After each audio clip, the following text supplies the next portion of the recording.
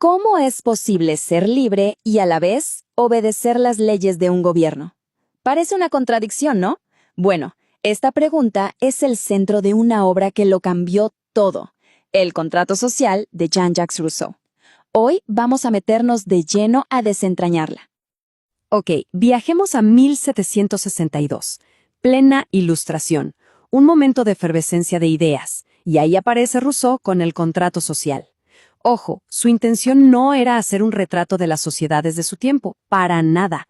Lo que él quería era diseñar un blueprint, una guía de cómo deberían ser las sociedades para que fueran justas, legítimas.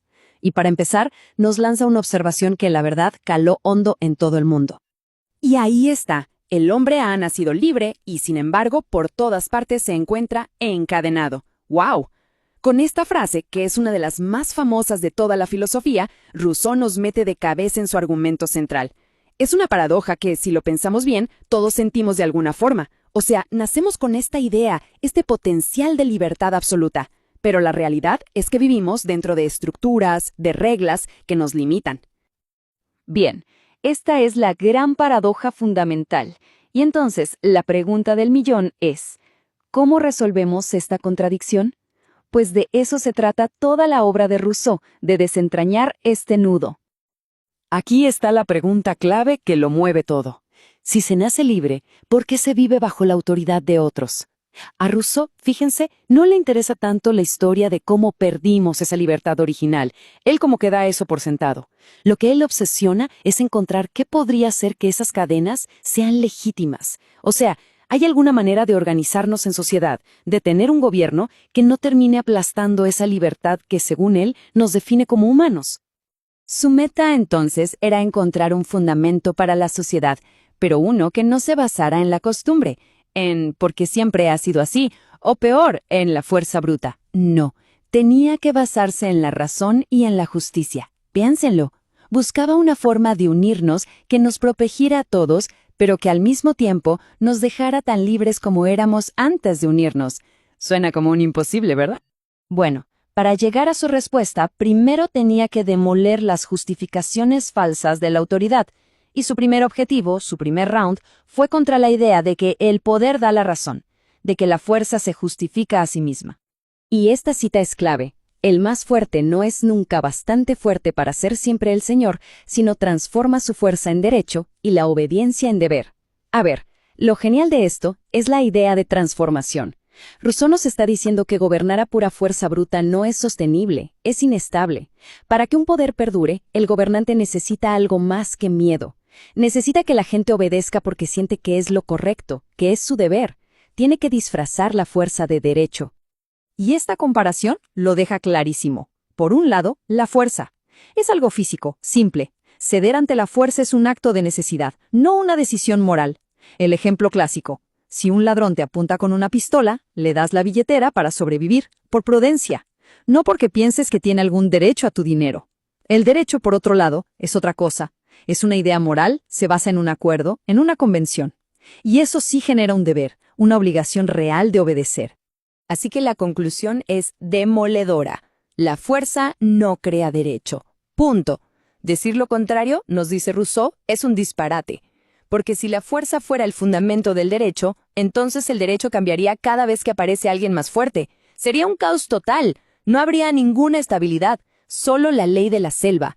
Por eso, cualquier sistema que se base en la pura dominación, y el ejemplo más extremo es la esclavitud, es por definición ilegítimo, no tiene base moral. Ok, si ya descartamos la fuerza como base legítima, entonces, ¿cuál es la respuesta? ¿De dónde sale la autoridad? Y aquí es donde Rousseau saca su as bajo la manga, su concepto más famoso y revolucionario.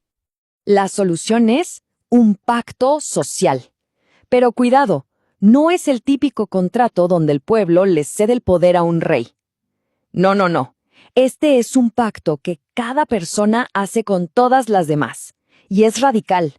Cada uno de nosotros entrega todos sus derechos naturales, sin guardarse nada, a la comunidad entera. Así se crea un nuevo nosotros, un cuerpo colectivo. Y aquí viene la magia de la idea. Esto crea una igualdad radical. ¿Por qué? Porque si todo el mundo cede todo, Entonces la condición es exactamente la misma para todos. Nadie tiene privilegios, nadie se queda con una ventaja sobre los demás, nadie está por encima de nadie. Se borra todo y se empieza de cero, creando un campo de juego perfectamente nivelado, una comunidad de iguales. A ver, este pacto es como un gran intercambio, una transacción. ¿Qué se pierde? Se pierde la llamada libertad natural, que en el fondo es la libertad del más fuerte, el derecho a tomar todo lo que se pueda y defenderlo como se pueda. ¿Pero qué se gana? Algo mucho más valioso, la libertad civil. Esta es una libertad real, protegida por las leyes y por la fuerza de toda la comunidad. Y lo mismo pasa con las cosas. La simple posesión por la fuerza se transforma en propiedad legal garantizada para todos. Muy bien, ahora vamos a meternos con el motor que hace que todo este sistema funcione.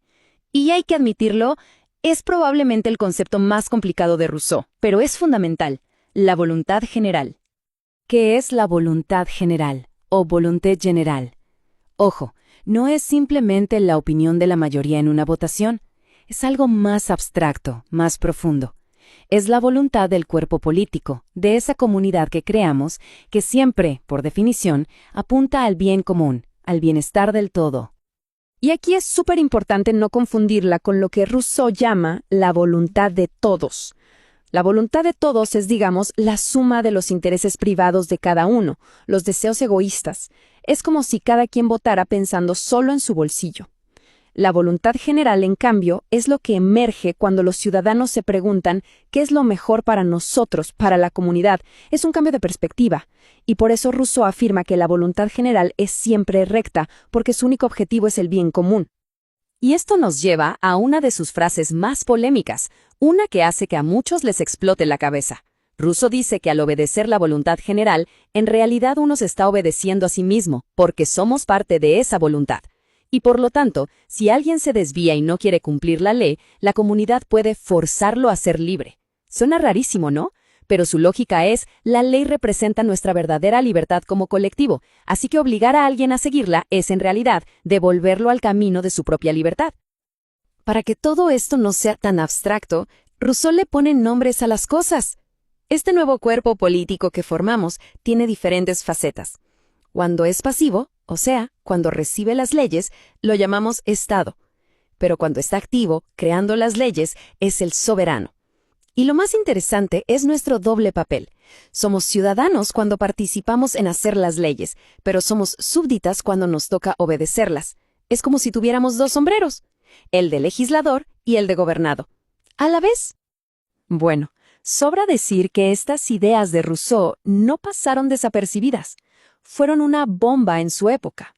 Y su legado, su legado es inmenso, complejo, y hasta el día de hoy sigue generando un debate súper intenso, con defensores y críticos muy apasionados. Por el lado positivo, su mayor legado es, sin duda, la idea de la soberanía popular.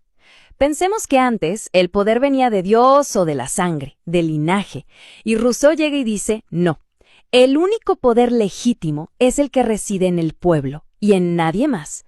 Esta idea fue literalmente la gasolina de la Revolución Francesa y es la piedra angular de casi todas las democracias que conocemos hoy.